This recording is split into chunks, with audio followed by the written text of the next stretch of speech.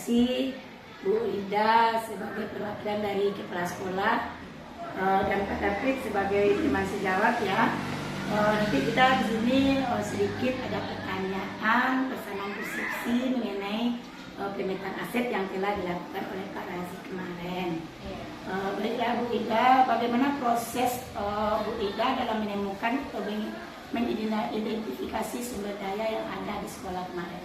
Oke, makasih Bu. Prosesnya tentu diawali dengan adanya undangan dari Pak Rozi untuk melakukan diskusi tentang aset itu. Terus setelah ada undangan, baru udah dapat semua undangan dari yang ada di sekolah ini semuanya. Maksudnya para guru-guru udah dapat undangan. Baru kami tentukan harinya kapan dan laksanalah diskusi itu.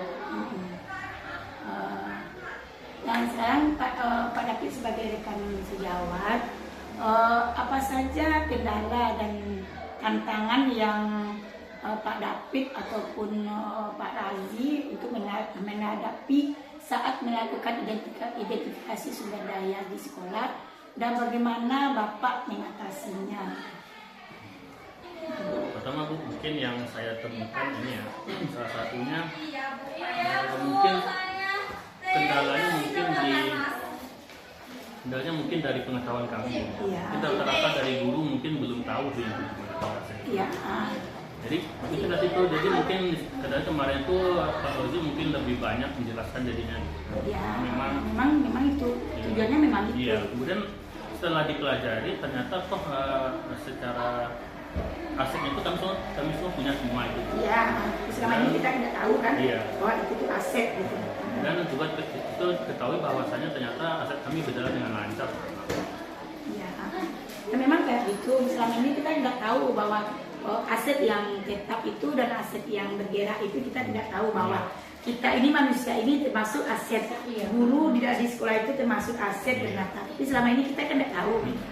Baiklah Bu Ida, bagaimana perasaan Ibu setelah ketika berhasil mengidentifikasi aset bersama dengan Pak Razi waktu itu?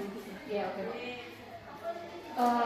Pada saat melakukan diskusi itulah ya Bu, pada udah terjadinya diskusi, Pak Rozi sudah menampilkan mengenai aset itu bagaimana. Alhamdulillah perasaan saya sangat senang kali, ternyata kita udah memiliki itu semua. Iya, selama ini kita tidak tahu kan bahwa lapangan bola voli itu atau lapangan takraw itu termasuk aset gitu.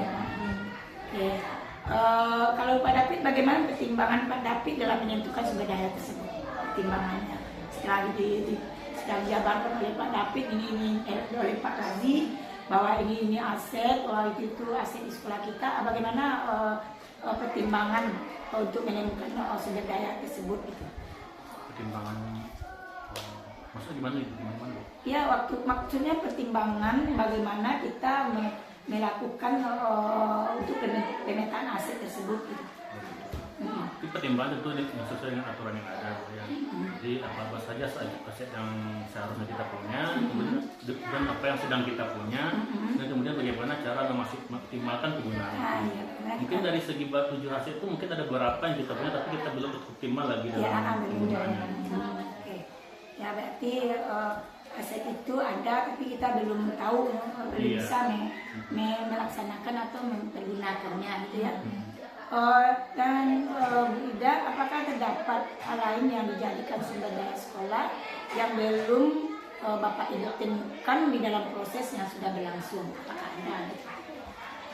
Sudah ada yang jelas, yang 7 itu sudah ada ya. Oke. Baiklah Bu Ida, yang perwakilan dari Pak Kepala Sekolah dan Pak David yang perwakilan dari teman sejawat, terima kasih sudah mau melakukan wawancara mengenai pemetaan aset yang telah dilakukan oleh Bapak Razi sebagai CGP di sekolah ini. Terima kasih banyak.